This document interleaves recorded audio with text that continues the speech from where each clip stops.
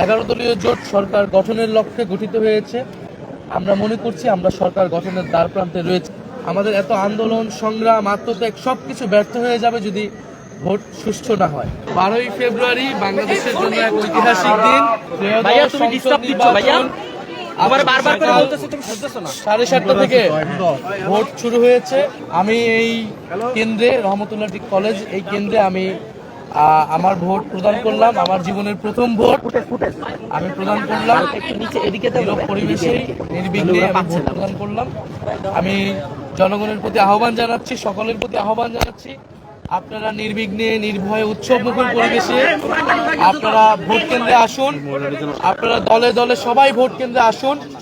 আজকে ভোটের দিন, আজকে এই দেশের নিজেদের মালিকানা বুঝে নেবার দিন। 16 বছর সুষ্ঠু নির্বাচনের সুযোগ ছিল না, আমাদের আজকে সুযোগ এসেছে এই ভোটাধিকার প্রয়োগের মাধ্যমে গণতন্ত্রকে প্রতিষ্ঠা করার, গণভোটে হ্যাঁ প্রদানের মাধ্যমে সংস্কার প্রক্রিয়াকে বাস্তবায়ন করার এবং 11 দলের পক্ষে অবস্থান নিয়ে বাংলাদেশকে এগিয়ে নিয়ে যাওয়ার। আমরা গতকাল রাতে কয়েকটি জায়গায় এই ধরনের ঘটনার, আকাঙ্ক্ষিত ঘটনার কথা শুনতে পেয়েছি।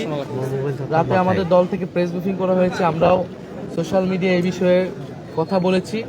আমাদের বিভিন্ন প্রার্থী সমর্থক তাদের উপরে হামলা করা হয়েছে। কুড়িগ্রামে আপনারা দেখেছেন আতিক মুজাহিদ, নোয়াখালীতে হান্নান মাসুদ, হাতিয়াতে, এছাড়াও এরকম কয়েকটি জায়গাতে, আর হাসনাত আবদুল্লার এলাকায় কুমিল্লা 4 দেবিদ্বারে, সেখানে কিন্তু ক্রমাগত কয়েকদিন ধরে একটা ভীত সন্ত্রস্ত পরিবেশ তৈরি করে রাখা হয়েছে।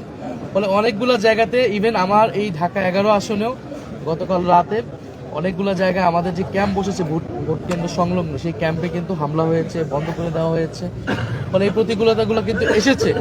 আমরা এই প্রতিকূলতাকে বেশি ফোকাস করছি না, আমরা ভোটে আসার জন্য আহ্বান করতেছি। কারণ আমরা চাই না এই ভোটের দিন কোনো ধরনের অনাকাঙ্ক্ষিত ঘটনা ঘটুক। আমরা চাই মানুষ ভোট কেন্দ্রে নির্বিঘ্নে আসুক। যারা এগুলো করতেছে, আমরা মনে করি মানুষ ব্যালটে তাদের বিরুদ্ধে রায় দিবে, ব্যালটেই মানুষের জনরায় প্রতিফলিত হবে এবং প্রশাসনের প্রতি, সেনাবাহিনীর প্রতি, মিডিয়ার প্রতি আমাদের করজোর অনুরোধ থাকবে, আহ্বান থাকবে। আমাদের এত আন্দোলন, সংগ্রাম, আত্মত্যাগ সবকিছু ব্যর্থ হয়ে যাবে যদি ভোট সুষ্ঠু না হয়। আমরা আশা করব তারা নিরপেক্ষ আচরণ করবে। তারা প্রশাসন যদি নিরপেক্ষ আচরণ করে, তাহলে এই ধরনের যারা গায়ের জোট দেখানোর চেষ্টা করছে তারা আসলে সফল হবে। 11 দলীয় জোট সরকার গঠনের লক্ষ্যে গঠিত হয়েছে।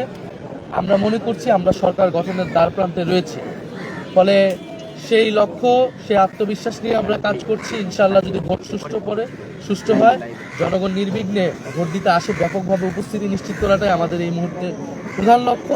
সাধারণ মানুষের ব্যাপকভাবে ভোট কেন্দ্র উপস্থিত এবং আমরা ভোট কেন্দ্র পাহারা দিব। ফলাফল না নেওয়া পর্যন্ত আমরা ভোট কেন্দ্রের সামনে থাকবো, মাঠে থাকবো।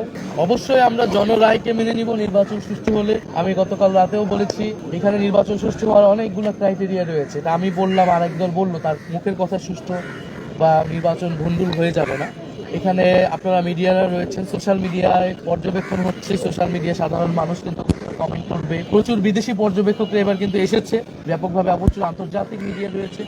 সার্বিকভাবে আমরা কিন্তু বুঝতে পারবো ভোট আসলে কতটুকু সুষ্ঠু হচ্ছে, কতটুকু হচ্ছে না, এবং সেটার ভিত্তিতেই ইনশাল্লাহ আমরা জনরায় যেতেই হবে, সেটাকে আমরা মেনে নিব। আমরা জয়ের ব্যাপারে আত্মবিশ্বাসী, তবে পরাজয়ের থেকে গুরুত্বপূর্ণ হচ্ছে আমাদের কাছে সুষ্ঠু নির্বাচন, জনগণ যাতে তাদের ভোটাধিকার প্রয়োগ করতে পারে, এটাই আমরা নিশ্চিত করতে চাই আজকের দিন।